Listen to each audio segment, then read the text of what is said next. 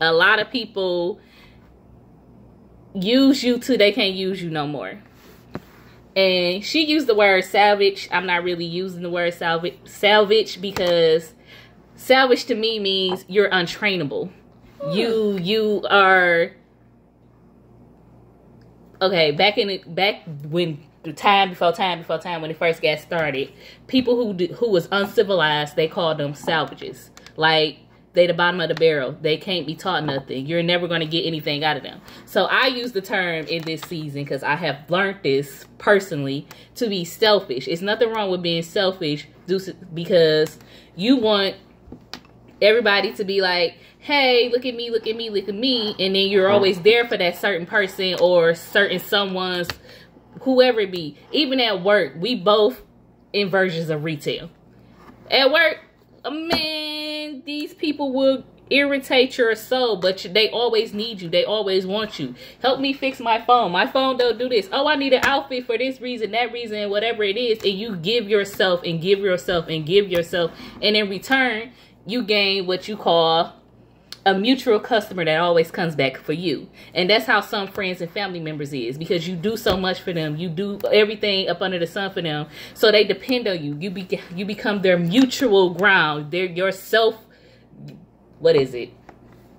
You're more of their how-to person, or the comfort that they need in that moment to they done with you. So that's just our life. We give to the point that we're not being filled up, and we feel like we didn't gave so much. We can't encourage our own self. We can't encourage the next person. So that leaves us to be like, you know what? I'm going to be salvage. Can't even say it today. I think I drank too much. But no, that becomes... Everybody drinks on wine with y'all. She irritating. She becomes savage. There it goes. Savage. And I become selfish. So we have to be that way because now we have to regroup. Now we have to encourage ourselves. Now we got to have our own best interests at heart, because we'll be 31 this year. Don't put my age out there. They don't even know how old I am. Fuck that. No. We'll be 31 this year. See, I'm talking We're about proud to be where we at, because at 21, we wouldn't be where we was because it wasn't for the mistakes that we have learned, the things that we have endured. We both done had two different paths, but at the end of the day, at this present moment, we are encouraging ourselves because we didn't gave, and we can't give anymore because we don't have nothing to give. So we have to regroup mentally, emotionally, physically, spiritually. We have to regroup. And some people may look at it like, oh, they don't care no more, or they this and they that. But we have to be in our moment to personally get ourselves together, because if I can't encourage myself, how am I gonna encourage the next person? Like, it's nothing I can really tell you because I'm going through myself. So I don't want to hear your pity party because I'm having my own pity party. I can't help you help yourself when I need to help my own self. So let me step back. Let me reevaluate my life. Let's revamp it. And then I'll get back at you at a later date. But until then, like, respect my gangster. Respect my wishes. Fall back until I'm ready to deal with you, because I can't give you anything. On to you.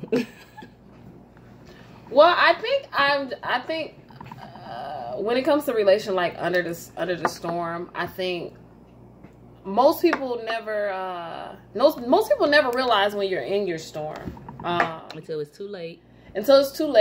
You have completely snapped on everybody. You have bottled yourself in a corner by yourself. The best thing to do in that time is to invest in you. And what I mean by that is sometimes, like Chay was saying, that you need to feed your own spirit. You need to regroup yourself. You need to revamp. You basically just need to get back to the table, and you need to just get back to all the core things of you.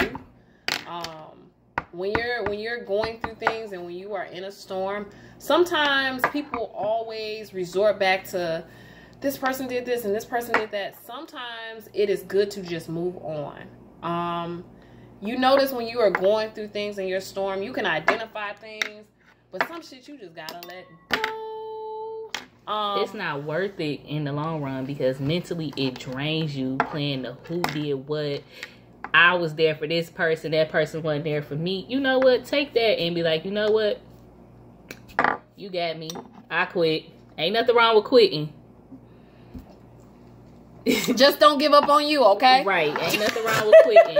Because sometimes you have to quit that relationship. You have to quit that job. You have to quit that person.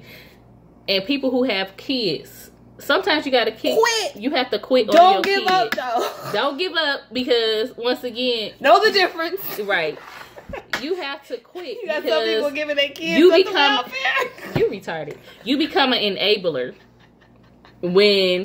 Especially when it comes to a person, like I said, friend, family, child. When it comes to that, you become an enabler. When I say enabler, that means you let them get away with everything and anything, and you're enabling them. You're not telling them that they're doing something wrong. You're not telling them, like, you know what, you're doing a good job, but here's where you went wrong. You just let them be, and then when things don't go that wrong, it bites you in the ass because now they feel like it's your fault.